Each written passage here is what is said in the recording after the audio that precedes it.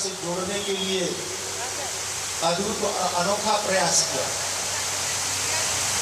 उनके शब्दों ने, उनके जीवन ने, उनके प्रचार प्रसार ने, उनकी भावनाओं ने और उनके समर्पण ने सनातन धर्म का वैश्विक विस्तार करने में अहम भूमिका निभाई।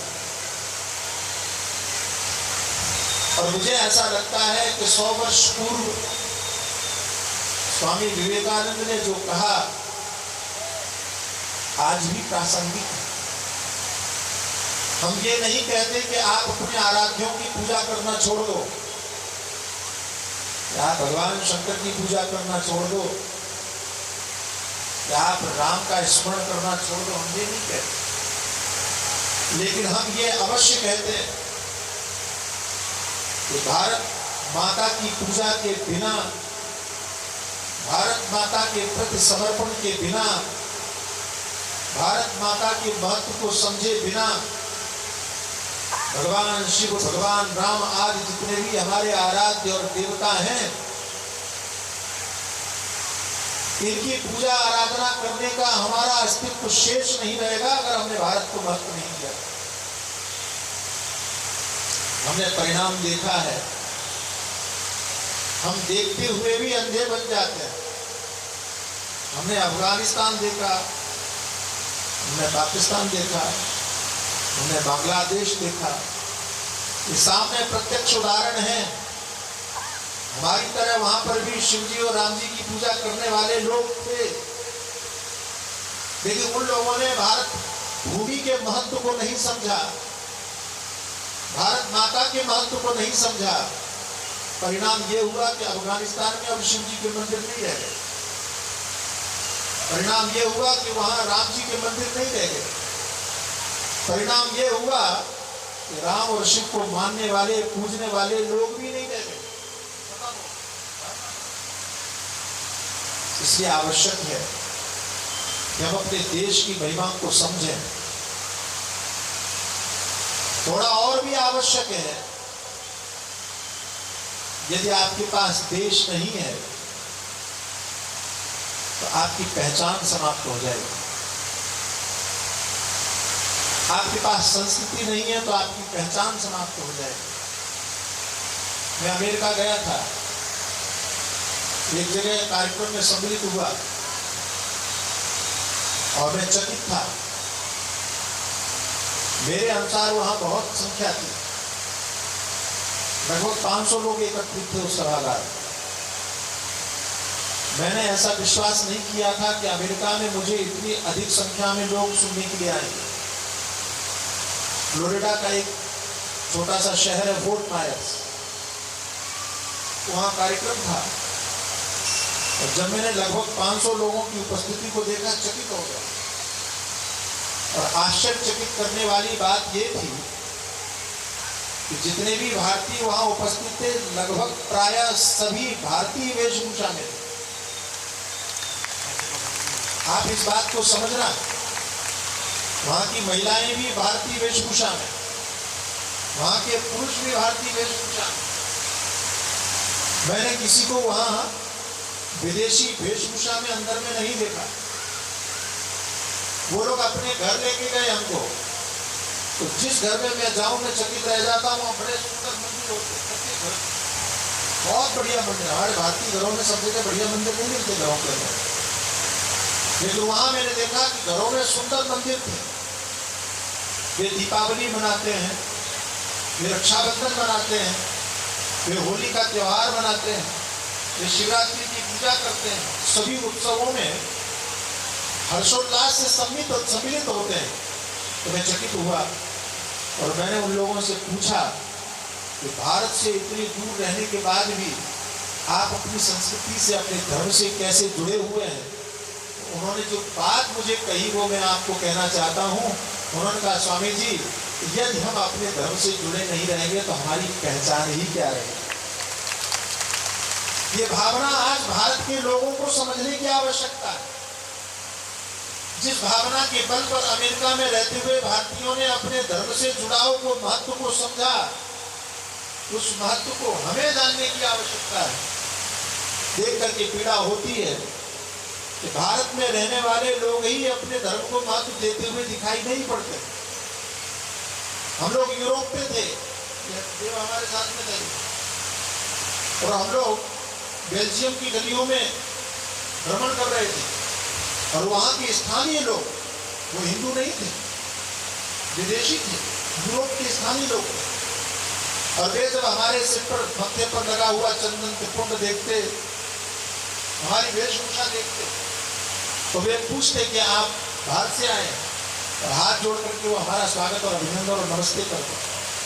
हम देख करके चकित हो गए कि हमारी वेशभूषा, हमारा चंदन, हमारा स्वभाव उनको प्रभावित करता है, वे हमें महत्व देते हैं।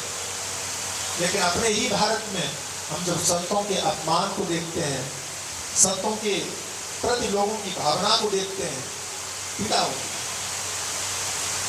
अमेरिका में एक सज्जन ने हमसे कहा कि स्वामी जी एक बात बताइए, उस समय पर ये गो हत्या का विषय चल रहा था, और एक बड़ा विचित्र बात सामने थी कि गोमांस खाना व्यक्ति का अधिकार होना चाहिए कि नहीं होना चाहिए। इस तरह की यहाँ पर विवाद, टीवी में डिबेट चल रही। तो वहां अमेरिका में एक सज्जन ने कहा कि स्वामी जी, भारत के ऋषियों की परंपरा से जुड़ करके हमने मांस खाना छोड़ दिया। भारत के ऋषियों की परंपरा से जुड़कर हम शाकाहारी हो गए। आप जान के चकित होंगे, अमेरिका, यूरोप दोनों जगह मैंने देखा कि लोग रात को जल्दी सो जाते हैं और सूर्योदय से पहले उठ जाते हैं। आपको ये बात लगेगी बड़ी अजीब, आश्चर्यजनक लगेगी, लेकिन ये बिल्कुल सत्य कह रहा हूं कि अमेरिका, यूरोप में लोग, अधिकांशतः लोग रात में जल्दी सो जाते हैं और सवेरे सूर्योदय से पहले उठ जाते हैं। ये संस्कृति किसकी थी बोलो? हमारी थी। और अब हम क्या करते हैं? उल्टा करते हैं। हम रात को देर से सोते हैं और सवेरे देर से उठते हैं। उन्होंने हमारी बात समझी, उन्होंने कहा कि हमने भारतीय ऋषि परंपरा से सीखने के बाद अपने जीवन में बदलाव किया, हमने मांसाहार छोड़ दिया, हम शाकाहारी हो गए। और उस व्यक्ति ने हमसे कहा कि स्वामी जी, आपको शर्म नहीं आती है कि आपके भारत में लोग टीवी पर गोमांस खाने को लेकर बहस करते हैं? मुझे बड़ी शर्मिंदगी हुई, बहुत पीड़ा हुई, लेकिन इस बात का उत्तर मैं दे नहीं पाया। मैं लाजवाब हूं, मैं क्या करता, कैसे कहता। आज वर्तमान परिदृश्य में चाहे हमारे भारत का इतिहास हो, चाहे हमारी संस्कृति और सभ्यता की बातें हो, और चाहे भारत के गौरव की इतिहास से जुड़ी हुई नारी की महानतम योगदान की बात हो, इन सारी बातों को न केवल हमें समझने और जानने की आवश्यकता है, अपितु भारत के सहित विश्व को बताने की आवश्यकता है, विश्व को समझाने की आवश्यकता है। भारत की बर्बादी कब से शुरू हुई? कई लोग कहते हैं कि 1200 वर्ष हो गए, कि इतने वर्ष हम गुलाम रहे, गुलामी के परिणाम के कारण भारत और भारत की संस्कृति समाप्त हुई। लेकिन मैं हाथ जोड़ करके विनम्रता पूर्वक आपको कहता हूं कि भारत का विनाश, कि भारतीय संस्कृति का विनाश 1200 वर्ष में जितना नहीं हुआ, 1200 वर्ष जितना नहीं हुआ, उतना पिछले 70 वर्षों में हुआ। ये कड़वा सच है जिसको हम स्वीकारने से थोड़ा हिचकते हैं, हम ये सामने से स्वीकार नहीं कर पाते। लेकिन वास्तविकता यही है कि स्वतंत्र भारत में सनातन संस्कृति और भारत के इतिहास का जितना क्षरण हुआ, इतना उससे पूर्व कभी नहीं हुआ। अंग्रेजों की गुलामी हो, मुगल काल हो, और तब भी हमारे इस भारतवर्ष के सामान्य जनमानस के बीच में, आम आदमी के बीच में, आपकी भाषा में कहूँ तो आम आदमी के बीच में धर्म के संस्कार थे। लोग धर्म से जुड़े हुए, लोग धर्म को महत्व देते थे। यहाँ पर भी कुछ ऐसे लोग हो सकते हैं जो वृद्ध हों, संभवतः उन्होंने कहानियां सुनी हो कि उन्होंने अपने जीवन में देखा हो कि भारत के गांवों में कभी अपने घरों में ताला लगाने की जरूरत नहीं पड़ती थी। हमने भी अपने बचपन में देखा है कि हमारे घर से अगर सब लोग कहीं बाहर जा रहे हैं तो पड़ोसी को कह के जाते थे हमारा घर देख रहे। इतना विश्वास था, और ये विश्वास धर्म के कारण था, ये विश्वास संस्कार के कारण था, ये विश्वास भारतीय सनातन संस्कृति की पहचान के कारण था। लेकिन आज क्या हो गया कि पड़ोसी को तो छोड़ दो, अब सास को बहू पर विश्वास नहीं, बहू को सास पर विश्वास नहीं है, भाई को भाई पर विश्वास नहीं है। ये हमारा ही गौरवशाली इतिहास था कि जहां एक राज्य था अयोध्या, उस अयोध्या के राजा राम होने वाले थे, लेकिन भरत के लिए राजगद्दी मांगी तो राम जी प्रसन्नताम या नवताभिषेक तस्थान मंगलो वनवास दुखता। भगवान श्री राम को राजगद्दी की बात सुनाई तो उछल नहीं पड़े, और वनवास की बात सुनाई तो रोने नहीं लगे। हमारा भाई ही शासक होने वाला है, भरत राजा बनने वाले हैं, इस बात की प्रसन्नता से राम जी वन गमन करने के लिए तैयार हो गए। उन्होंने कोई विरोध किया क्या? उन्होंने एक बार भी कहा कि हमारे पूज्य गुरुदेव भगवान कहा करते हैं कि दशरथ जी को इस बात का कष्ट नहीं था कि राम जी को वनवास जाना पड़ा। तो देखो, बोले राम जी के वनवास जाने से महाराजा दशरथ को इतना कष्ट नहीं था जितना इस बात से कष्ट था कि राम जी ने वनवास जाने का विरोध नहीं किया। एक बार भी पूछा नहीं पिताजी से कि आप कह रहे हो कि वनवास में चले जाओ, हम चले जाएंगे, लेकिन मेरा अपराध तो बता दो कि किस अपराध का दंड दे रहे हो। एक ये भाई थे, जो हमारा गौरवशाली इतिहास था कि जहाँ भाई में भाई के प्रति इतना प्रेम। और जब भरत भाई आते हैं और उन्होंने अयोध्या में आकर के देखा कि मेरी माँ ने षड्यंत्र करके मेरे राज्य के लिए हमारे आराध्य राम जी को बाहर कर दिया, परिणाम क्या हुआ कि भरत ने अपनी माँ का चेहरा देखने से इनकार कर दिया, उस राज्य को स्वीकार करने से इनकार कर दिया, संपूर्ण राज्य को छोड़ करके वो भगवान श्री राम की शरण में चले गए। और लोग विनोद में कहते हैं कि अयोध्या कैद हो गई, और कभी राम जी उसको ठोकर मारते, कभी भरतलाल जी उसको ठोकर मारते, कोई उस राज्य को स्वीकार करने के लिए तैयार नहीं था। ये क्या था? ये हमारा गौरवशाली इतिहास था, ये हमारी महान संस्कृति थी, ये हमारे भाइयों में आपस में प्रेम था। मैं आपको कैसे कहूँ, लेकिन मैं निवेदन करना चाहता हूँ कि आप अपने इस इतिहास को समझिए और जानिए और गौरव कीजिए कि हमारे यहाँ भाइयों में, पिता पुत्र में कभी सत्ता को लेकर के संघर्ष नहीं हुआ, और जहाँ संघर्ष हुआ उसको हमने राक्षस कहकर के उसका परित्याग करने में संकोच नहीं किया।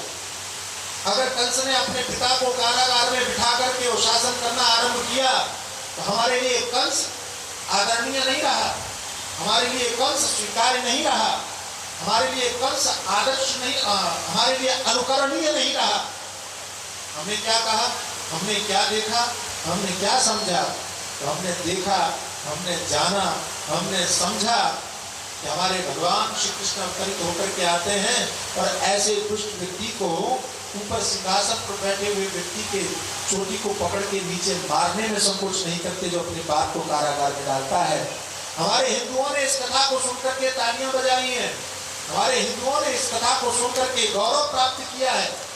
किसी ने बुराई नहीं की भगवान कृष्ण की कि भाई कैसे भगवान थे जिन्होंने अपने मामा को मार दिया, वहाँ सारे संबंधों को महत्व नहीं दिया।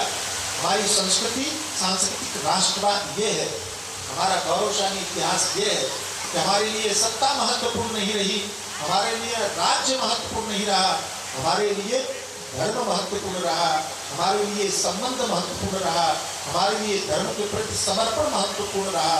हमने कभी नहीं सुना, कभी नहीं देखा कि जिसने धर्म के नाम पर सत्ता को महत्व देते हुए, राज्य को महत्व देते हुए, स्वार्थ को महत्व देते हुए धर्म का परित्याग किया हो, संबंधों का परित्याग किया हो, भाई का परित्याग किया हो, कभी नहीं देखा। अगर भाई का परित्याग किया तो धर्म के कारण।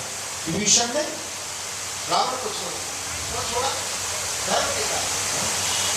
पिता तजो प्रहलाद, विभीषण बंधु, भरत महतारी, बल गुरु तजो ब्रज बलितन, भये मुद मंगलकारी।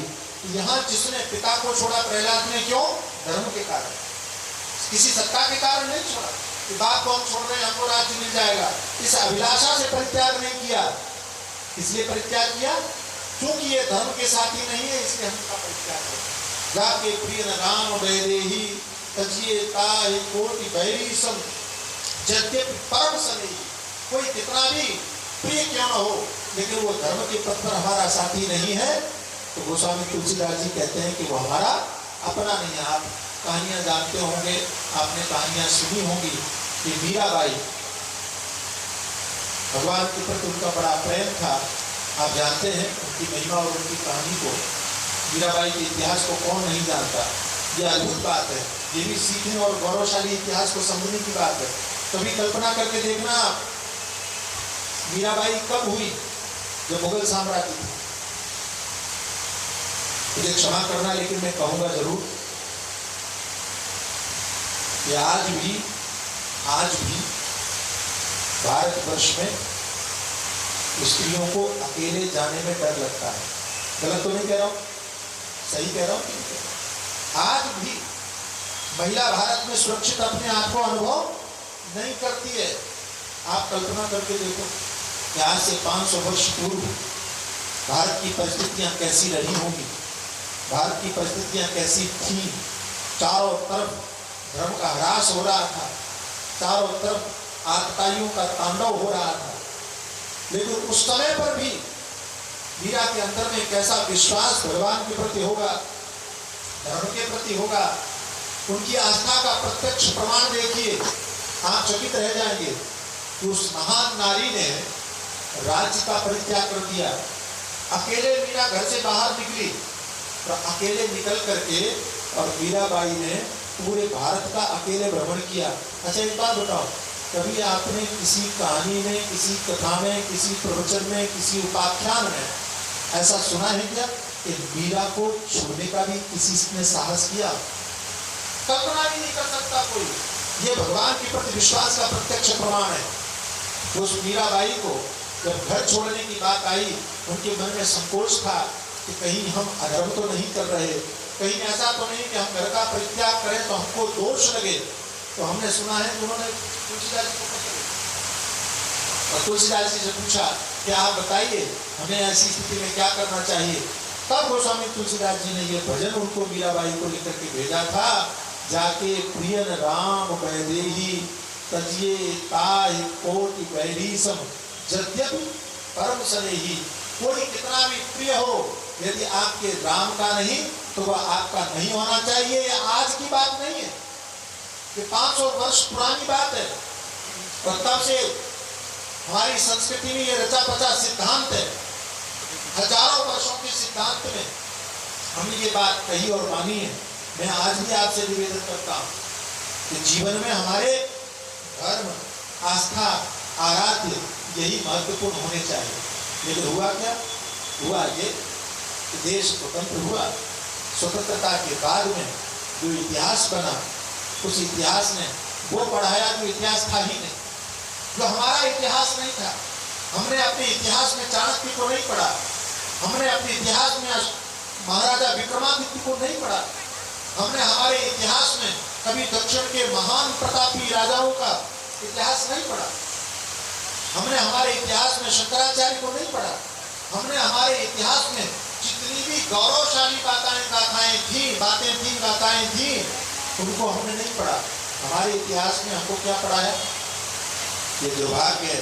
तो ये कहते हुए मुझे संकोच है कि हमारे भारत के इतिहास ने हमको ये पढ़ाया, ऐसा पढ़ने से ऐसा लगता है कि जैसे भारत का आरंभ मुगल काल से शुरू हुआ। आप जब भारत का इतिहास पढ़ते हो तो आपको ऐसे ही लगता है कि मुगलों से भारत की शुरुआत हुई। पूरे सारे के सारे चैप्टर मुगलों के इतिहास से भरे पड़े। मुगल थे कौन भाई? भारत से इनका क्या संबंध था? भारत से इनका क्या लेना देना था? यही एक लेना देना था कि कोई लुटेरा आया, लूट करके आपके घर में कब्जा कर दिया और उसी की महिमा गान आपको पढ़ाया गया। बड़ा महान था, ये ऐसा था, वैसा था, फलाना था, ढिमका था।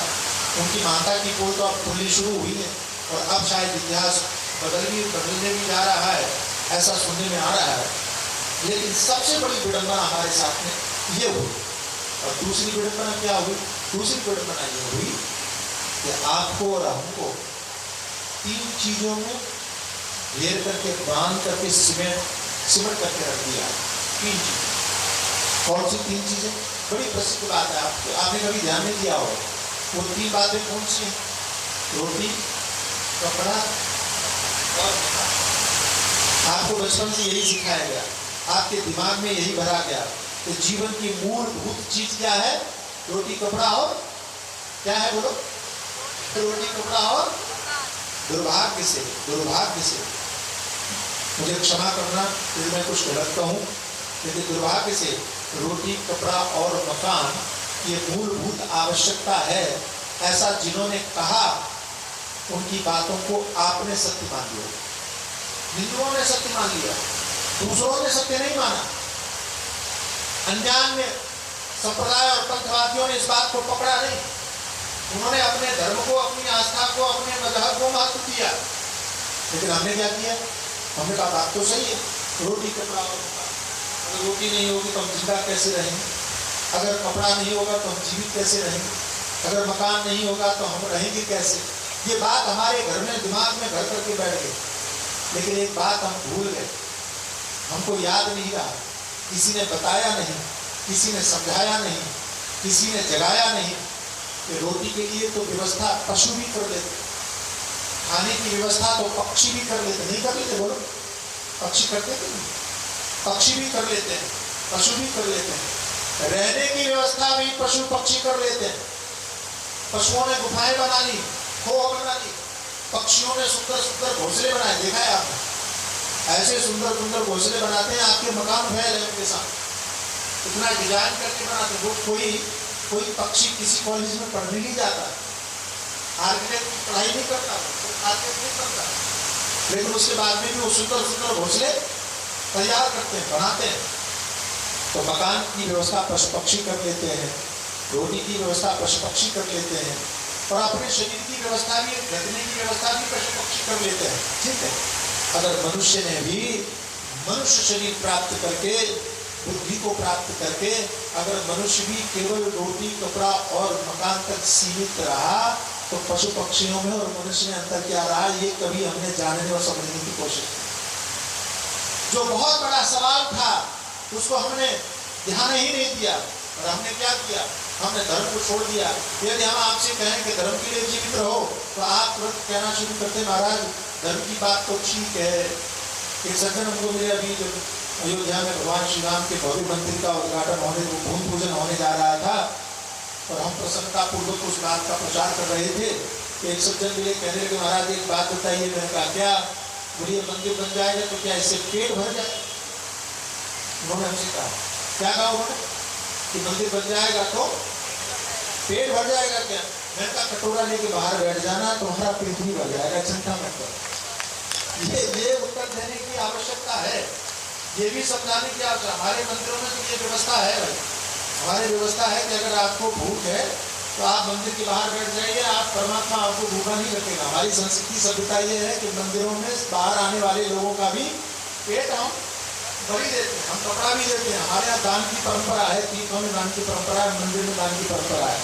लेकिन मैं आपसे निवेदन करता हूँ, मैं आपसे पूछता हूँ कि आपके लिए रोटी इतनी महत्वपूर्ण है, क्या हम आपका अपमान करते हुए, आपको छुट्टे मारते हुए, आपको गालियां देते हुए आपको रोटी खिलाएं, आप स्वीकार कर लेंगे? निष्ठापूर्वक बताइए, सच्चाई पूर्वक बताइए, तब आप कहेंगे नहीं नहीं हमें तुम्हारी रोटी नहीं चाहिए, भागो यहाँ से। तो मैं कहूँगा तुम्हारे लिए तो रोटी ही जरूरत थी, फिर आप रोटी इनकार क्यों कर रहे हो? तब आप कहोगे नहीं नहीं रोटी से अधिक हमारा स्वाभिमान आवश्यक है। अरे भाई, जैसे मनुष्य जीवन में तुम्हारा स्वाभिमान जरूरी है ना, ऐसी मानवता की पहचान, मनुष्य की पहचान उसका धर्म है। धर्म पर अगर आ जाए तब भी तुमको वही पीड़ा होनी चाहिए जो तुम्हारे अपमान होने पर तुमको पीड़ा होती है। इन बातों को ही समझने की आवश्यकता है, इन बातों को ही जानने की आवश्यकता है।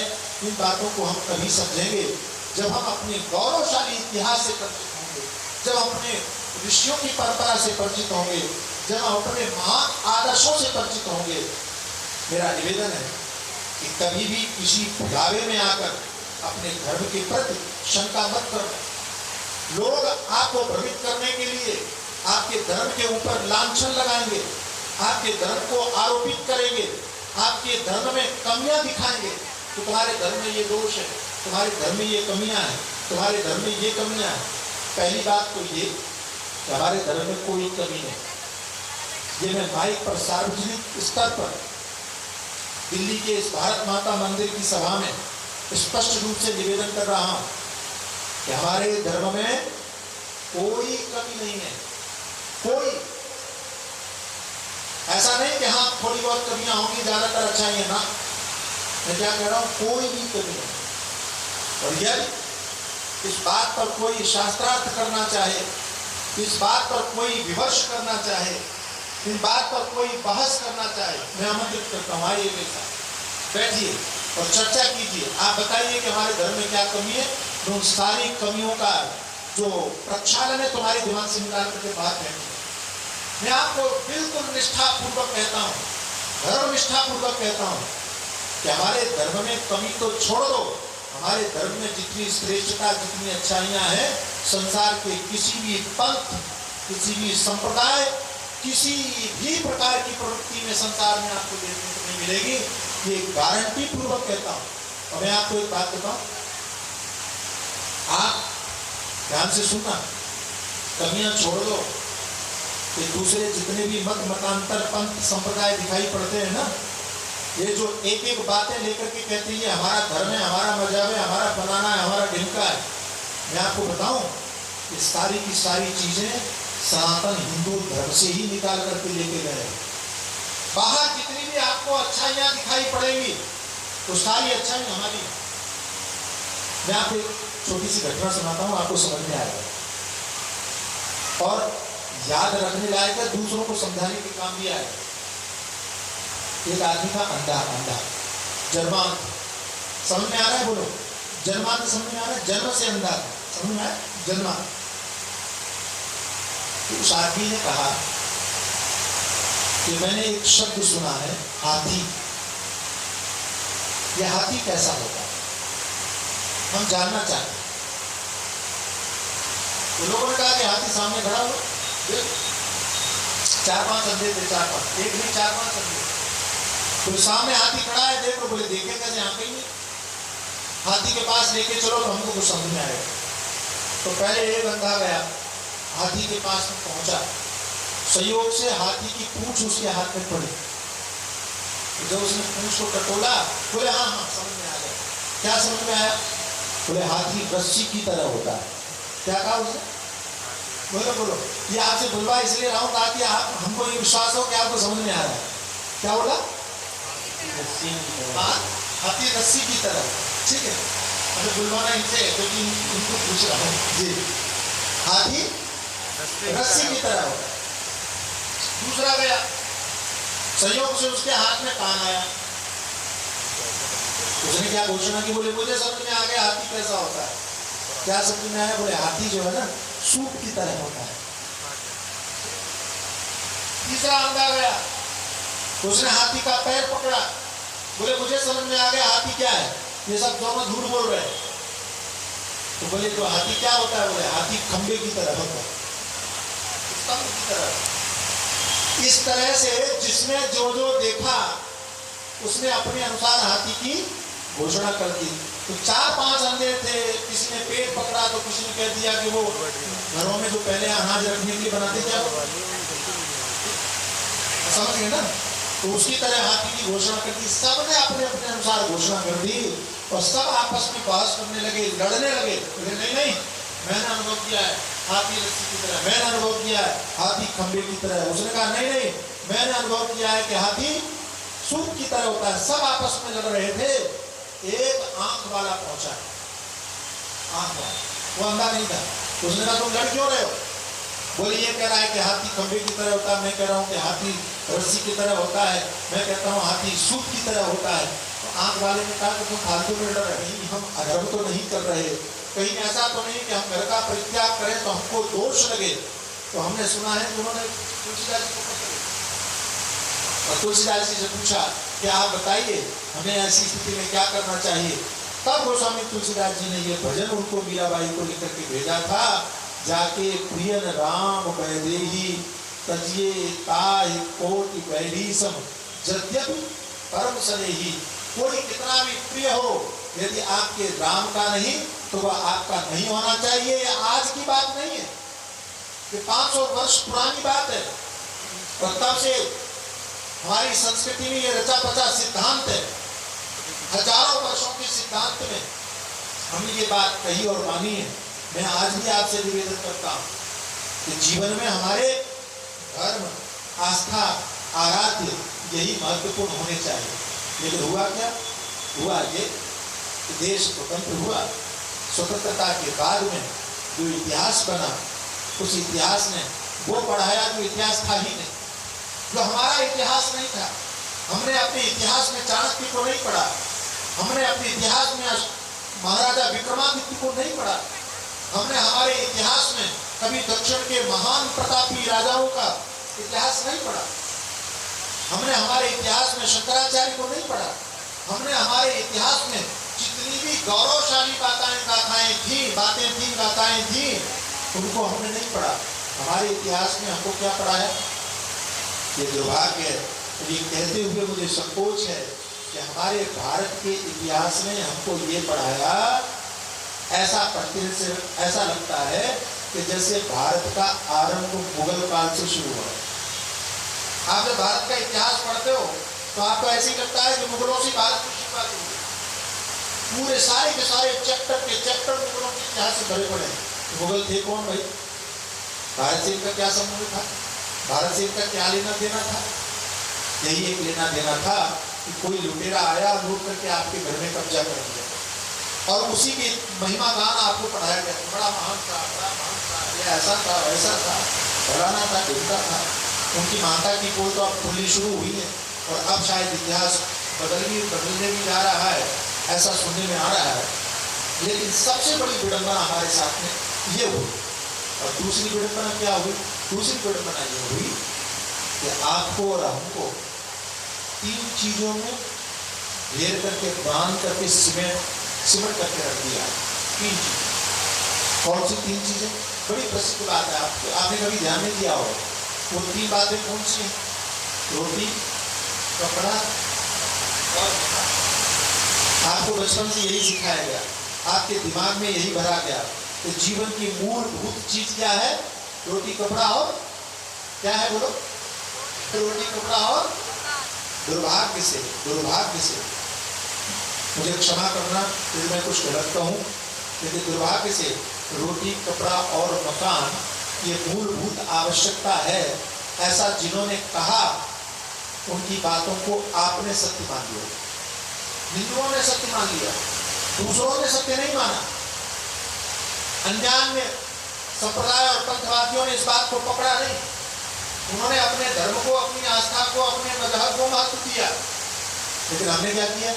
हमने कहा बात तो सही है, रोटी, कपड़ा और मकान। अगर रोटी नहीं होगी तो हम जिंदा कैसे रहेंगे? अगर कपड़ा नहीं होगा तो हम जीवित कैसे रहेंगे? अगर मकान नहीं होगा तो हम रहेंगे कैसे? ये बात हमारे घर में, दिमाग में घर करके बैठ गई। लेकिन एक बात हम भूल गए, हमको याद नहीं रहा, किसी ने बताया नहीं, किसी ने समझाया नहीं, किसी ने जगाया नहीं कि रोटी के लिए तो व्यवस्था पशु भी कर लेते, खाने की व्यवस्था तो पक्षी भी कर लेते। नहीं कर लेते? बोलो। पक्षी करते थे?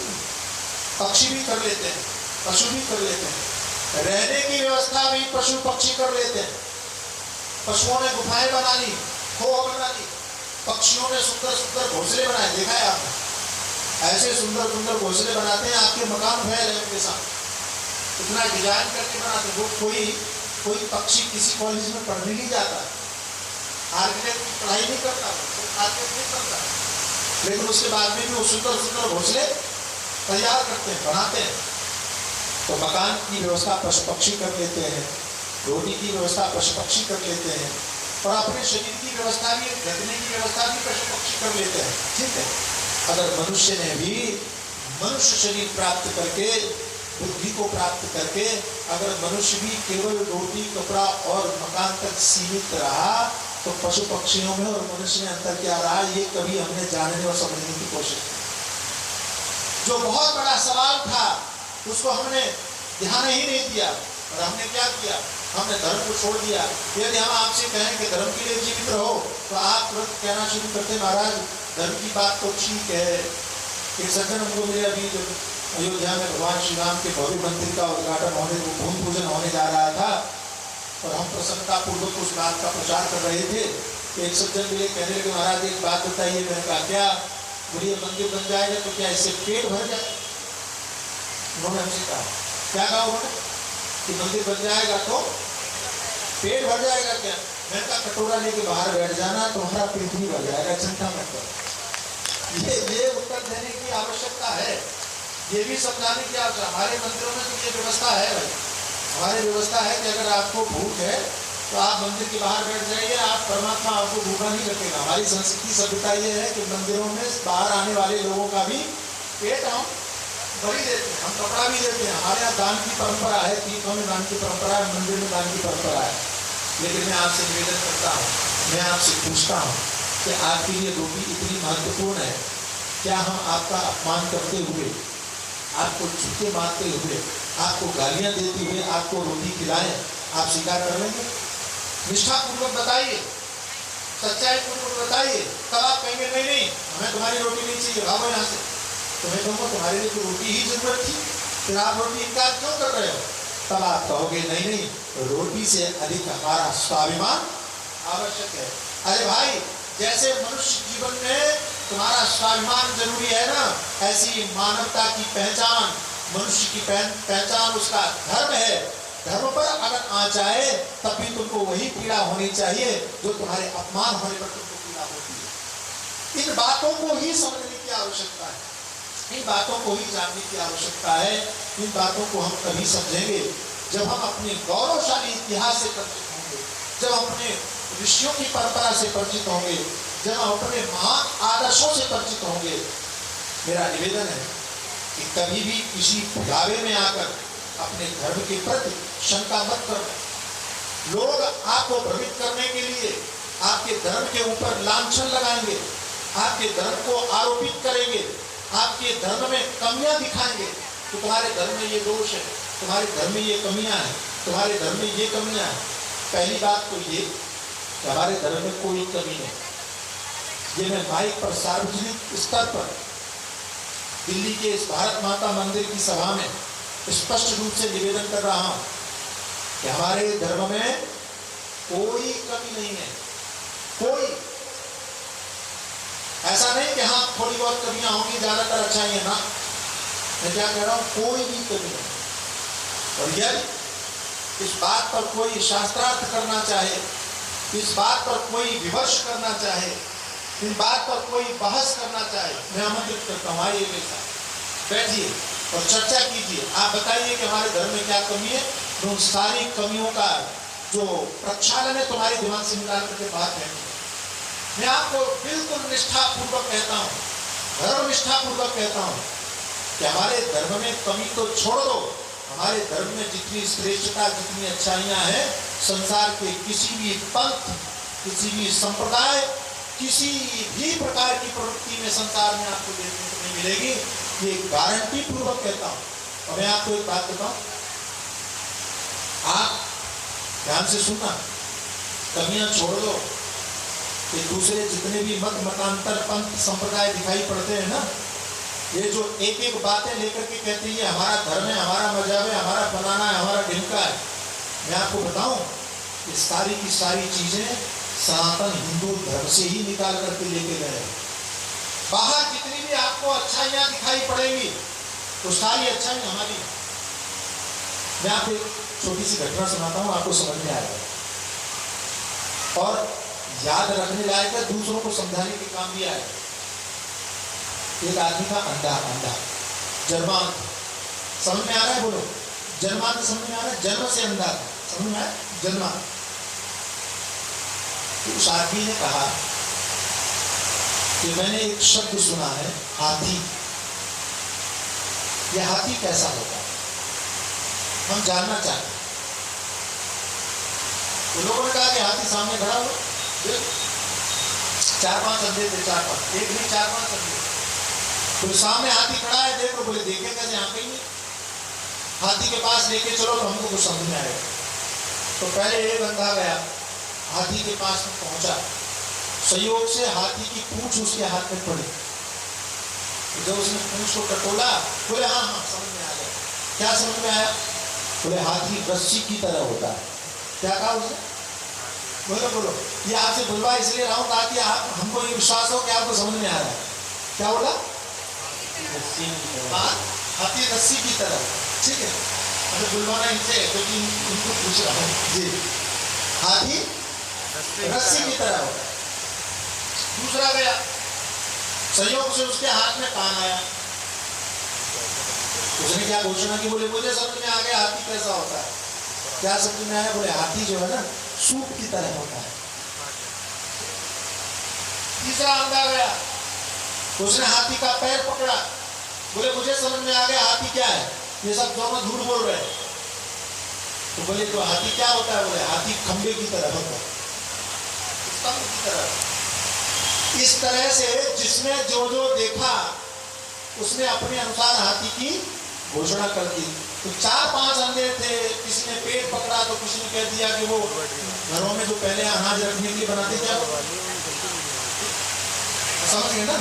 तो उसकी तरह हाथी की घोषणा कर दी। सबने अपने अपने अनुसार घोषणा कर दी और सब आपस में बहस करने लगे, लड़ने लगे। नहीं नहीं, मैंने अनुभव किया है हाथी रस्सी की तरह, मैंने अनुभव किया है हाथी खंबे की तरह। उसने कहा नहीं नहीं, मैंने अनुभव किया है कि हाथी सूप की तरह होता है। सब आपस में लड़ रहे थे। एक आंख वाला पहुंचा, आंख वाला, वो अंधा नहीं था। उसने कहा तुम लड़ क्यों रहे हो? बोले ये कह रहा है कि हाथी खंबे की तरह होता है, मैं कह रहा हूँ कि हाथी रस्सी की तरह होता है, मैं कहता हूँ हाथी सूप की तरह होता है।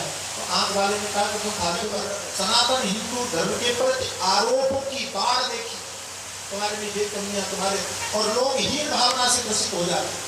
आज भी हमारे यहाँ हमने कई बार देखा है, एक सज्जन मिले, कहने लगे स्वामी जी आपके यहाँ स्त्रियों का बड़ा अपमान होता है। सनातन हिंदू धर्म में स्त्री की कोई महिमा ही नहीं, हिंदू धर्म में स्त्रियों का सम्मान ही नहीं, हिंदू धर्म में स्त्रियों में तो स्त्रियों का तो परित्याग करते। राम जी ने सीता जी का परित्याग कर दिया और तुम्हारे गोस्वामी तुलसीदास जी ने लिख दिया क्या ढोलवार सुनारी ये सब ताड़ के, ये तुम्हारे यहाँ स्त्री की महिमा, ऐसा वैसा पता नहीं क्या क्या दुनिया भर का ढोल पीटते रहते हैं। और हिंदू धर्म से जुड़े हुए लोग हीन भावना से शिकार हो जाते हैं। और हमारे अंदर कितना बड़ा पाप हो गया, इतना बड़ा धर्म हो गया, ऐसा हो गया ऐसा। लेकिन मैं आपको कहता हूँ, भारत माता के इस मंदिर के प्रांगण से कहता हूँ, भारत माता सेवा समिति के आयोजनकर्ताओं के इस मंच से कहता हूँ, गौरवपूर्वक कहता हूँ कि संसार की किसी भी परंपरा में, किसी भी परंपरा स्त्रियों का वो सम्मान नहीं है, वो आदर भाव नहीं है जो सनातन हिंदू धर्म की परंपरा में स्त्रियों का सम्मान और आदर भाव है। मैं कारण की चैलेंज पूर्वक कहता हूँ, मैं चैलेंज पूर्वक।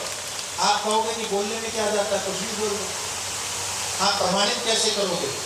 तो मैं निवेदन करता हूँ कि मैं प्रमाणित करता हूँ। हमारे यहाँ कितने देवों की उपासना होती है बोलो? पंचदेव। कितने देवों की? पंचदेव। कौन कौन से? विष्णु, शंकर, सूर्य, गणेश और दुर्गा। संसार का पहला धर्म, संसार की पहली परंपरा, संसार की पहली संस्कृति कि जहां स्त्री को भगवान के समान माना गया और पूजा। दुनिया की किसी भी सभ्यता में, अच्छा ईसाइयों ने कभी स्त्री को गॉड के समान माना? बोलो बोलो बोलो बोलो। इस्लाम ने कभी स्त्रियों को खुदा के समान माना? कभी पूछ करके देख लेना, नानी मर जाएगी उनकी। लेकिन हम गौरवपूर्वक कहते हैं कि हम जितना भगवान विष्णु को मानते हैं, क्षमा करना, उससे ज्यादा तो लक्ष्मी जी की पूजा करते हैं। जितना ब्रह्मा जी को नहीं मानते, उससे ज्यादा बोलो सरस्वती जी की पूजा करते हैं। जितना भगवान शंकर की महिमा है, उससे ज्यादा पार्वती जी की महिमा है। और हम जब पूजा करते हैं, नाम स्मरण करते हैं, नाम पुकारते हैं, तो नाम पुकारने में भी हमने पहले स्त्री को रखा, लक्ष्मी, नारायण, गौरी, शंकर, सीता, राम। बोलो ना, राधा। पहले किसका नाम बोल रहे हैं? बोलो। दुनिया की किसी भी सभ्यता में भगवान के बराबर क्या कहीं पर भी नारी जाति का नाम आया है? किसी ने इतना महत्व दिया? नहीं। हमारे गांव की परंपरा में हमने देखा, नवरात्रियां होती, तो नवरात्रियों में 9 दिन पूजा करते हो, अष्टमी के दिन क्या करते हो? बोलो बोलो बोलो। आप ही बोला, हम ही बोलते रहेंगे, ठीक नहीं? बोलो। कन्या पूजन है ना, कन्या पूजन। क्यों पूछते हो कन्या? बताओ। तो कहते कन्या को देवी का रूप माना जाता है। मैं कई बार मजाक में पूछ लेता हूँ लोगों से कि कन्या को क्यों पूछते हैं, तो लोगों ने कहा कि उसको देवी का रूप मानते हैं। तो हमने कहा लड़कों ने कौन सा पाप किया, उनको देवता क्यों नहीं मानते हो? अच्छा, और बताएं आपको, आपकी महिमा देखिए, आपकी महिमा कि अगर बच्ची हो तो कहेंगे देवी का रूप, बड़ी हो जाए विवाह करके लाते तो कहते हैं लक्ष्मी घर पे आई। क्या बोलते? अगर बहू आती है तो सब ये बोलते हैं लक्ष्मी घर पे आई। दूल्हा आता है तो कोई नहीं बोलता विष्णु पधारे। सम्मान किसका है? बोलो आप, किसका सम्मान है? स्त्री का सम्मान है कि पुरुष का सम्मान है? हमारे यहाँ वेद कहते हैं तो जब कोई अध्ययन करके विद्यार्थी वापस जाने लगा घर को, आचार्य को कहा कि आचार्य वर, हमको आज्ञा प्रदान करो, हमारा अध्ययन पूरा हो गया, अब हम घर पे जाएं। तब आचार्य उस शिष्य को उपदेश करता है। संपूर्ण अध्ययन करने के बाद में घर जाने वाले विद्यार्थी को आचार्य उपदेश करते हुए कहता था कि तुमने सब पढ़ लिया, लेकिन जाते जाते ये 3-4 बातें और ध्यान रख लो। तो शिष्य कहता कौन सी? और आप चकित रह जाएंगे। भगवान वेद कहते हैं कि घर जाने वाले विद्यार्थी को आचार्य जब अंतिम उपदेश करता तो पहला वाक्य उसके मुंह से निकलता, मातृदेवो भव। माता तुम्हारे लिए देवता के समान हो। अगर स्त्री हमारे यहाँ अपमान का विषय होता, स्त्री अपमान का विषय होता, तो आप बताओ क्या माता की पूजा करने के लिए कहा जाता? क्या कन्याओं की पूजा करने के लिए कहा जाता? क्या लक्ष्मी जी की पूजा करने के लिए कहा जाता? क्या सरस्वती की पूजा करने के लिए कहा जाता? हमारा आरंभ सरस्वती पूजा से होता है। हमारा संपूर्ण जीवन लक्ष्मी की पूजा में व्यतीत होता है। हमारा संपूर्ण जीवन भगवती, काली, दुर्गा, पार्वती, इनकी पूजा में व्यतीत होता है। और फिर भी इन अंधों को, दिन के अंधों को सनातन हिंदू धर्म में नारी का अपमान दिखाई पड़ता है। इससे बड़ा क्या दुर्भाग्य होगा। आप कहते हो हमारे यहाँ नारी का अपमान हुआ, आप कहते हो कि राम जी ने सीता जी का परित्याग कर दिया, तुमको सीता का परित्याग दिखाई पड़ता है, लेकिन तुम्हें ये नहीं दिखाई पड़ता कि एक सीता के हरण के कारण राम जी ने पूरी लंका को जला के राख कर दिया। ये नहीं दिखाई पड़ता। ये गौरव भी तुमको स्मरण होना चाहिए। श्री जानकी जी के प्रति भगवान श्री राम का प्रेम ये देखना चाहिए, समझ में आना चाहिए कि लंका तक जाना दुर्भर था, तो भगवान श्री राम ने समुद्र के ऊपर सेतु बनाने में संकोच नहीं किया और एक ऐतिहासिक कार्य करके और लंका में पहुंच करके रावण का संहार किया। तुमको ये महानता नजर नहीं आती? तुमको ये महानता दिखाई नहीं पड़ती? तुम्हें वो सूरदास की और रसखान की वो पंक्तियां नहीं दिखाई पड़ती, जिन पंक्तियों में रसखान ये गाते हुए संकोच नहीं करते कि जिन भगवान की तुम आराधना और पूजा करते हो, ताई अहिर की छोहरियां छछियावर छाछपे नाच नचावे, अखिल कोटि ब्रह्मांडाधिनायक परात्पर तत्व परब्रह्म परमात्मा को नचाने का काम गोपियों ने किया। ये क्या स्त्रियों की महिमा प्रकट नहीं हो रही? एक सामान्य स्त्री ने, घर में रहने वाली स्त्रियों ने तो तुम्हारे भगवान को नचा दिया, ये उनकी महिमा क्या कम है? आपको देखना नहीं है तो बात अलग है, आपको समझना नहीं है तो बात अलग है, आपको बात का बतंगड़ बनाना है तो बात अलग है। हमारा इतिहास स्त्रियों के सम्मान, स्त्रियों के आदर्श, स्त्रियों के त्याग, स्त्रियों के समर्पण से भरा पड़ा है। पूरा महाभारत केवल द्रौपदी के अपमान का परिणाम है। क्या भूल गए? ये दिखाई नहीं पड़ता, समझ में नहीं आता। लेकिन हमको समझ में तब आए जब हम अपने इतिहास को पढ़ेंगे। हमको समझ में तब आएगा जब हम अपने इतिहास को जानने का प्रयास करेंगे। लेकिन पीड़ा यही है कि हम रोटी कपड़ा और मकान में ऐसे उलझते चले गए कि हमने कभी धर्म को नहीं समझा, हमने कभी संस्कृति को नहीं समझा, हमने कभी राष्ट्र को नहीं समझा, हमने कभी देश को नहीं समझा, हमने कभी संतों को नहीं समझा, हमने कभी त्याग को नहीं समझा, हमने कभी समर्पण को नहीं समझा, हमने कभी संबंधों को नहीं समझा। हम केवल स्वार्थी बनते चले गए, स्वार्थी बनते चले गए। स्वार्थ को इतना महत्व दिया, स्वार्थ में अंधे होकर के हमने पिता का परित्याग कर दिया, हमने माता का परित्याग कर दिया, हमने संबंधों को छोड़ दिया, हम एकाकी होते चले गए, हम अकेले होते चले गए।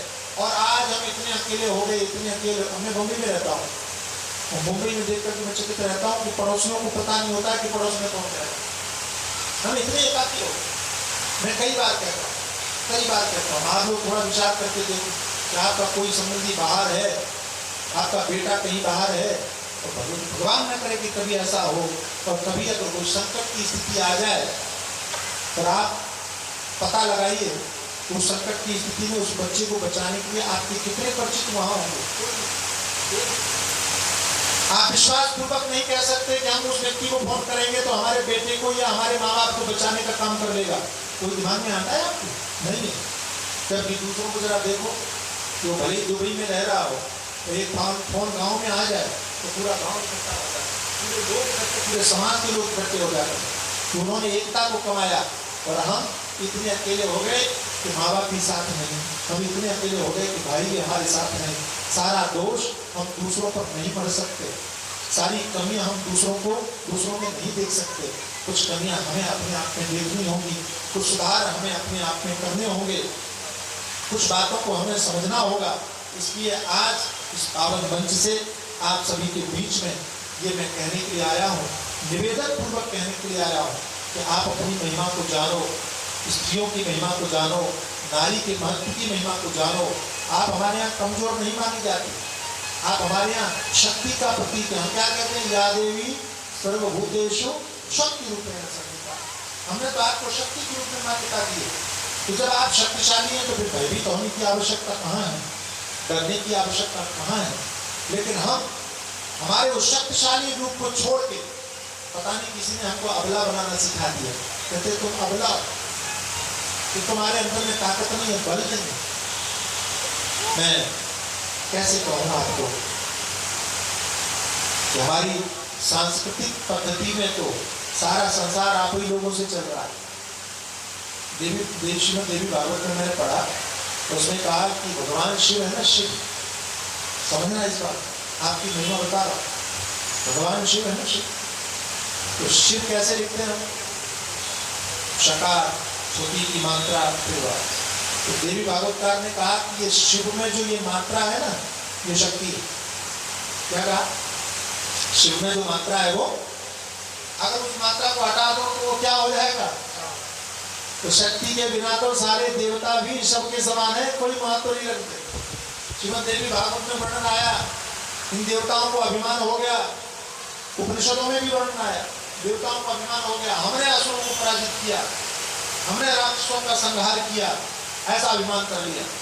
तो भगवती प्रकट हुई, और भगवती ने प्रकट होकर के मन में सोचा कि इन सारे देवताओं की शक्ति हम छीन लेते, छीन लिया तो सब सृष्टि का कार्य रुक गया। तब देवताओं को समझ में आया कि भगवती की कृपा से ही सब कुछ हो रहा है।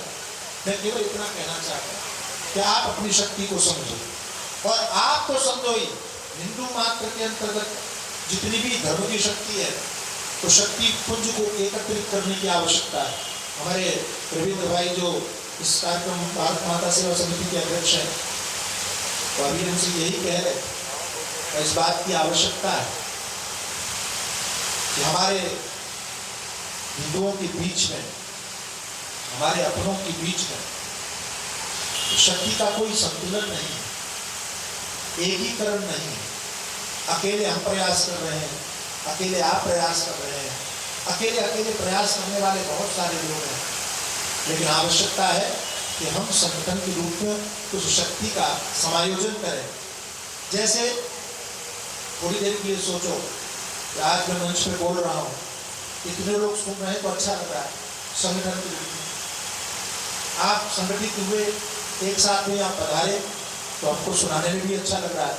यदि यहाँ कोई नहीं होता तो कैसे सुनाते, क्या सुनाते, क्यों सुनाते हो, आवश्यकता कहाँ पड़ती। लेकिन आज आप कितने हैं तो हम अच्छी अच्छी बातें आपको सुनाने के लिए प्रेरित कर सकते हैं, समझाने के लिए प्रेरित कर सकते हैं, बताने के लिए प्रेरित कर सकते हैं। लेकिन निवेदन मेरा यह है कि जैसे आप सुनने के लिए आ गए वैसे ही आगे बढ़ने का निश्चय भी करो। आप ये संकल्प लो, आप ये ठान लो, संकल्प लो, ठान लो कि आप अपने बच्चों के अंदर में धर्म के संस्कार अवश्य दें। और मैं आपको विश्वास पूर्वक एक बात कहता हूँ कि यदि आपने अपने बच्चों के अंदर में धर्म के संस्कार दे दिए तो भारत के भविष्य को संवारने का काम आपने किया है। नहीं समझे आप? देखो मैं आपको समझा दूंगा, आपने उस बात को मान भी लिया, ये बात नहीं सुनी और खत्म हो जाएगी। लेकिन आपने इस बात को मान के अगर अपने बच्चों में संस्कार दिए तो ये बात भविष्य में भी जाएगी। और बच्चों के अंदर जो संस्कार होते हैं वो कभी मिटते नहीं, समाप्त नहीं होते। फिर वो बच्चे अपने बच्चों को संस्कार देना शुरू करेंगे। आपको हमको अगर संस्कारों में कमी रही तो कहीं ना कहीं वो दोष हमारे माता पिता का रहा हो। उनमें भी संस्कार की कमी रही तो उसका दोष उनके माता पिता में रहा होगा। अगर आपको अपने सच्चे इतिहास से परिचय नहीं है, अगर आप अपने गौरवशाली इतिहास को नहीं जानते हो, आप अपने धर्म की विशेषताओं को नहीं जानते हो, इसका दोष कहीं ना कहीं आपके पूर्व के लोगों का रहा होगा। ऐसे ही आगे आज आपके बच्चे अगर धर्म के विषय में नहीं जानते, आपके बच्चे अगर भारत के इतिहास के विषय में नहीं जानते तो इसका दोषी कौन होगा? आप होंगे। इसलिए मैं चाहता हूँ कि आप अपने बच्चों को, पहले पुरानी परंपरा थी, गाँव में भी थी कि लोग अपने छोटे छोटे बच्चों को कहानियाँ सुनाया करते थे। दादी के पास में बैठ के कहानियाँ सुनते थे, दादा के पास में बैठ के कहानियाँ सुनते थे, नाना नानी के पास में बैठ के कहानियाँ सुनते थे। अब मोबाइल के ज़माने में वो कहानियाँ सुनाना तो खत्म हो गया। लेकिन मैं इतना जरूर चाहता हूँ कि आप अपने बच्चों के अंदर में कुछ कुछ संस्कार जरूर दें। जैसे एक संस्कार है प्रणाम करना।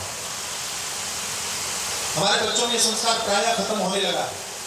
तो मैं आपसे हाथ जोड़ता हूँ तो आज भारत सेवा समिति के, क्योंकि संस्कारों का महत्व है, इसलिए मैं निवेदन कर रहा हूँ कि आज भारत सेवा समिति के इस मंच से नरेला दिल्ली में मैं आपसे निवेदन कर रहा हूँ कि आप ये संकल्प लें कि आप छोटे से बच्चों के अंदर में संस्कार डालेंगे कि वे अपने से बड़े सभी लोगों को घर में प्रणाम करें। हम लोग अभी क्या करते हैं, आप सिमट गया कि कोई मेहमान आया, कोई महात्मा आया, कोई बड़ा आया तो कहते हैं मुझे प्रणाम करो, पैर छूलो, नमस्कार करो। लेकिन इतने से काम नहीं चलेगा। काम कब चलेगा? सबको प्रणाम। छोटा बालक आपको, मैं अपनी बात करता हूँ निजी, बिल्कुल जीवन में हमारे पिताजी ने हमसे कहा बेटा एक काम करना, मैं बहुत छोटा तो मैंने कहा क्या?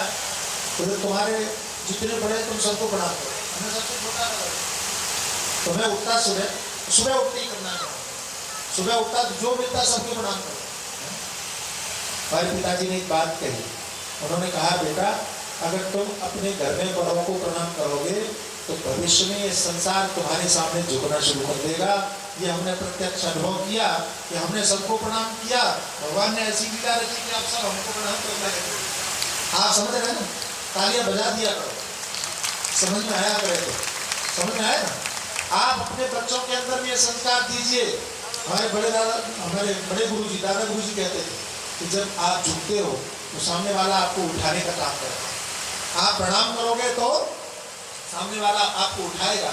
इसलिए प्रणाम करना एक ऐसा संस्कार है जिस संस्कार के कारण आपके बच्चे की उन्नति होगी। अहंकार नहीं पनपेगा, अभिमान नहीं पनपेगा। इसलिए उसको प्रतिदिन सबको प्रणाम करने के लिए कहो, घर में जितने बड़े सबको प्रणाम करने के लिए। मेरी बात समझ? प्रणाम करने का संस्कार आप अवश्य दीजिए, जरूर दीजिए। इससे लाभ क्या होगा मैं बताता हूँ।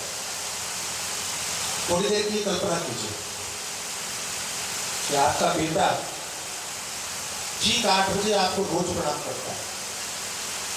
शुरू कर दिया उसने सुनकर, समझ नहीं लो। अच्छा, बच्चों को तो संस्कार देना ही है। मैं आपसे सबसे भी निवेदन करूंगा, यदि आपके घर में बड़े हैं तो आप ही प्रणाम करना शुरू कीजिए। प्रतिदिन आप प्रणाम करेंगे तो बच्चे देख के अपने आप प्रणाम करेंगे। बच्चे सुनने से कम सीखते हैं, देखने से ज्यादा सीखते हैं, इसलिए करिए। अब देखिए इसका परिणाम देखिए। मैं आपसे पूछता हूँ कि अगर आपका बेटा ठीक 8 बजे आपको रोज प्रणाम करना शुरू कर दे, ठीक, और 6 महीने तक रोज करे, ठीक 8 बजते ही आपको प्रणाम करे रोज प्रति, 6 महीने के बाद में क्या होगा पता है? अच्छा, वो ना आपको कुछ देता है ना लेता है, कुछ नहीं, सिर्फ प्रणाम करता है। 6 महीने के बाद में क्या होगा? जैसे 8 बजने वाला होगा आपको उसकी याद आएगी कि बेटा आने वाला होगा कि नहीं होगा? किसी ने किया कुछ नहीं, किया कुछ नहीं, लिया कुछ नहीं, हुआ क्या? अनकहा एक संबंध, आत्मीय संबंध, आत्मीयता बन गई। तो जैसे 8 बजने वाला होगा तुरंत आपके मन में आएगा कि बेटा आने वाला होगा। ये जो संस्कार है ना, ये आपको संबंधों की मजबूत रस्सी से ऐसा जोड़ देगा कि संसार की कोई नजर आपके संबंधों को तोड़ने का काम नहीं कर सकती। आज पड़ोस का आदमी आपको भड़का देता है, आपके घर में झगड़े हो जाते हैं। आज कोई अपरिचित व्यक्ति आपको भड़का देता है, आपके घर में झगड़े हो जाते हैं। लेकिन मैं विश्वास पूर्वक कहता हूं कि यदि आपने प्रणाम करना आरंभ कर दिया तो ये ऐसा संबंध मजबूत आ जाएगा, दुनिया की कोई ताकत आपको मिटा नहीं सकती। और भाई, जैसे आप रोज माता पिता को प्रणाम करो, माता पिता ठीक उस समय आपको याद करने लगते हैं, ऐसी अगर आप भगवान को रोज एक समय पर प्रणाम करो, विश्वास मानिए भगवान भी आपको याद करने लगेंगे। ये ऐसे संस्कार प्रणाम करने से बनते हैं। छोटी छोटी बातें, छोटी छोटी बातें आपके जीवन को बनाने का काम करती हैं।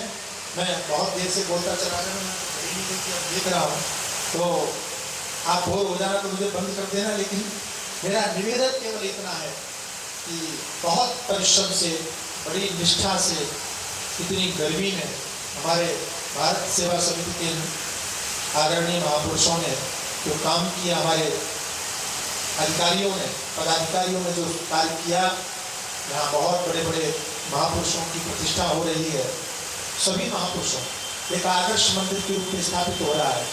ये इन्होंने ऐसा काम किया कि बच्चे मंदिर दर्शन करने के लिए आएंगे ना, तो केवल भगवान को नहीं पहचानेंगे, वहाँ सुभाष चंद्र बोस को भी देखेंगे, वहाँ रैदास महात्मा को भी देखेंगे, वहाँ वाल्मीकि ऋषि का भी दर्शन करेंगे, वहाँ पर आपको गुरु नानक भी दिखेंगे।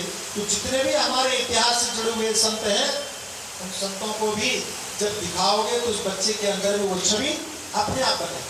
लेकिन दुर्भाग्य क्या है? दुर्भाग्य क्या है कि हमारे यहाँ बूढ़े लोग तो मंदिर आते हैं, बच्चों को मंदिर नहीं भेजते हैं। ये बड़ी विडंबना है। मैं आपसे ये भी कहूँगा कि जैसे प्रणाम करने का संकल्प लिया है, ऐसी बच्चों को मंदिर लाने का भी संकल्प लो। अगर आप प्रतिदिन मंदिर नहीं ला सकते हो तो कम से कम एक दिन सप्ताह में एक दिन मंदिर लाने का संकल्प जरूर लो। हमारे श्रीमद् भागवत में वर्णन आता है, विद्या कामस्तु गिरीशम। यदि आप अपने बच्चे को विद्वान बनाना चाहते हो, पढ़ा लिखा बनाना चाहते हो, तो क्या करना चाहिए? भागवतकार कहते हैं भगवान शंकर की पूजा करनी चाहिए, भगवान शंकर पर जलाभिषेक करना चाहिए।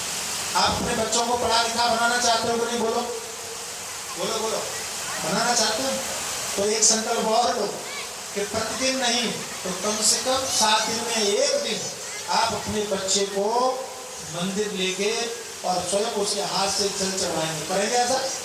बस ऐसा आप जोरदार ताली बजा के मैं समझ जाऊंगा।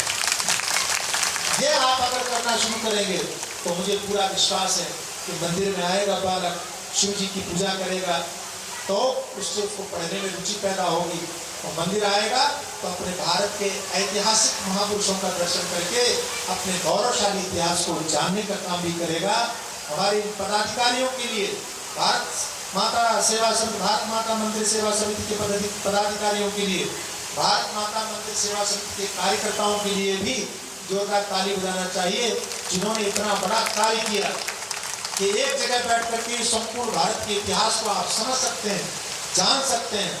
ऐसे सभी मंदिरों को करने की आवश्यकता है। मैं तो ये भी कहता हूँ, हर मंदिर में धर्म के विषय में जानकारी होनी चाहिए, हर मंदिर में राष्ट्र से संबंधित जानकारी होनी चाहिए, तभी हमारे यहाँ संस्कार हो सकते हैं। हर कथा के मंच पर धर्म से और राष्ट्र से संबंधित जानकारी देने की आवश्यकता है, तभी हम बच सकते हैं, तभी हम संभल सकते हैं। और मैं आपसे कहता हूँ कि अगर आप धर्म का पालन करोगे तो आपका घर बचेगा, घर बचेगा तो आपका गांव बचेगा, गांव बचेगा तो शहर बचेगा, शहर बचेगा तो प्रदेश बचेगा, प्रदेश बचेगा तो देश बचेगा, और देश को बचा लिया तो संपूर्ण विश्व में धर्म की स्थापना होगी और भारत विश्व गुरु के रूप में प्रतिष्ठापित होगा। कोई रोक नहीं सकता। मुझे आपने आमंत्रित किया, मुझे आपने आमंत्रित किया, उसके लिए आपको बहुत बहुत साधुवाद, धन्यवाद। अहंकार नहीं पनपेगा, अभिमान नहीं पनपेगा, इसलिए उसको प्रतिदिन सबको प्रणाम करने के लिए कहो। घर में जितने बड़े हैं सबको प्रणाम करने के लिए।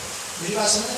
प्रणाम करने का संस्कार आप अवश्य दीजिए, जरूर दीजिए। इससे लाभ क्या होगा मैं बताता हूँ।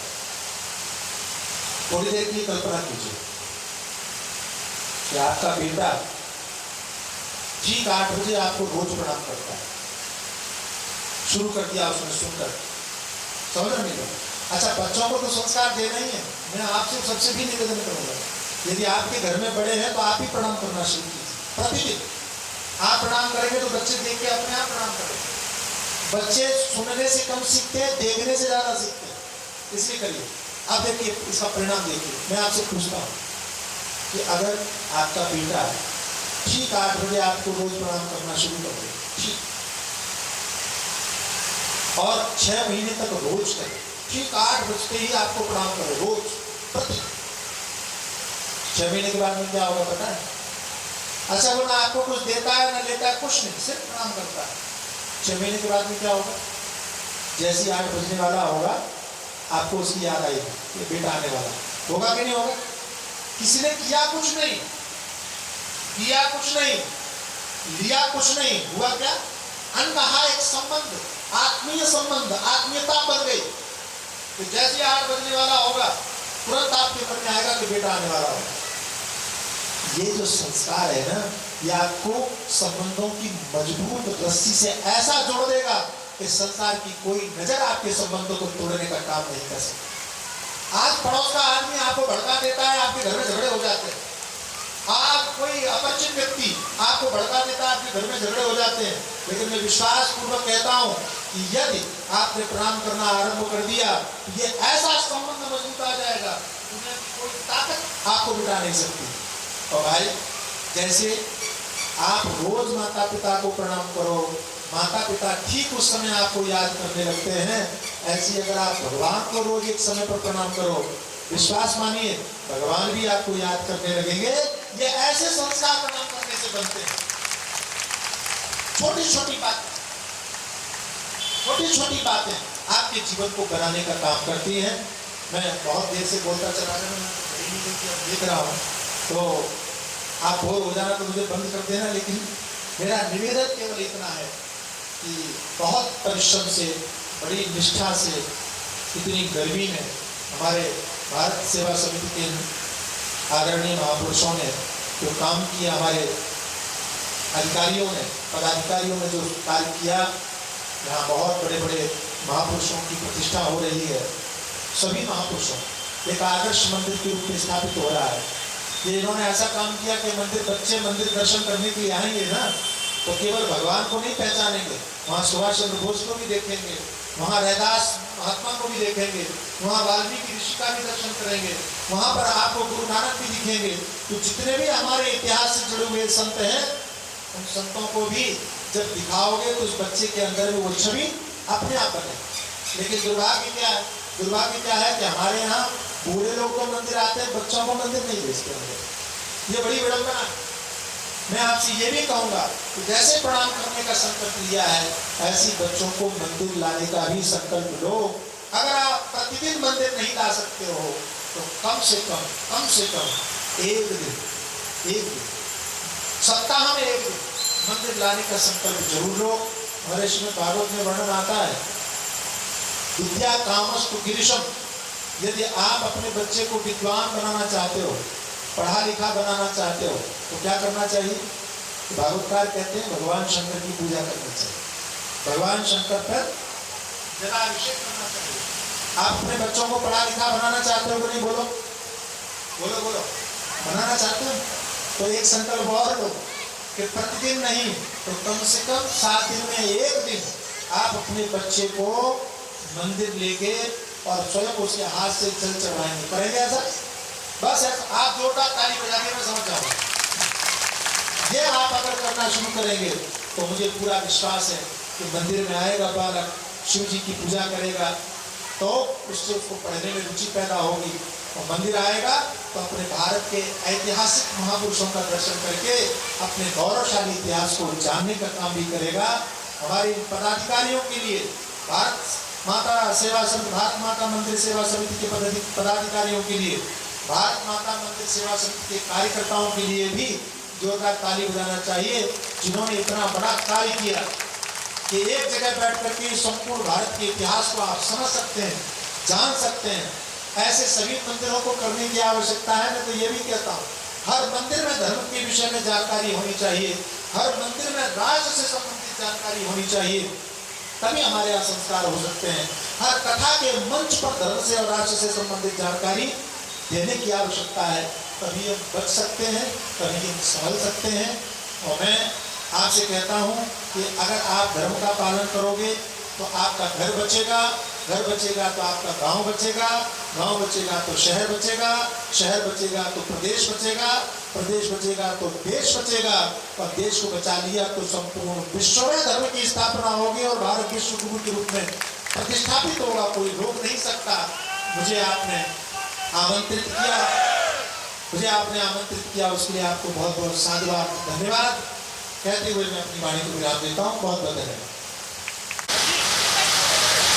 स्वामी जी ने अपने समिति की तरफ से उनको धन्यवाद देता हूं, और साथ में भारत माता का एक चित्र स्वामी जी को इस समिति की ओर से सप्रेम भेंट। बहुत बढ़िया उद्बोधन। भारत माता की, भारत माता की वंदे वंदे।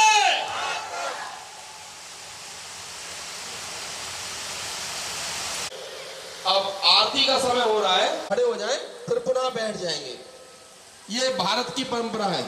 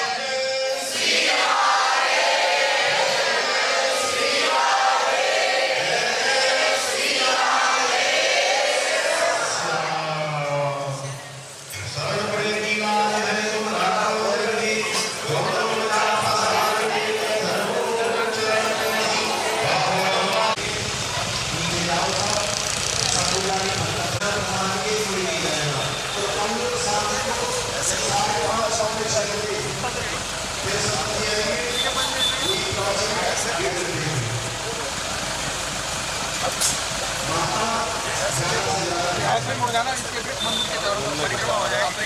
मन्ना किस माना था महाराज जी का सीधा रास्ता आगे तो चले।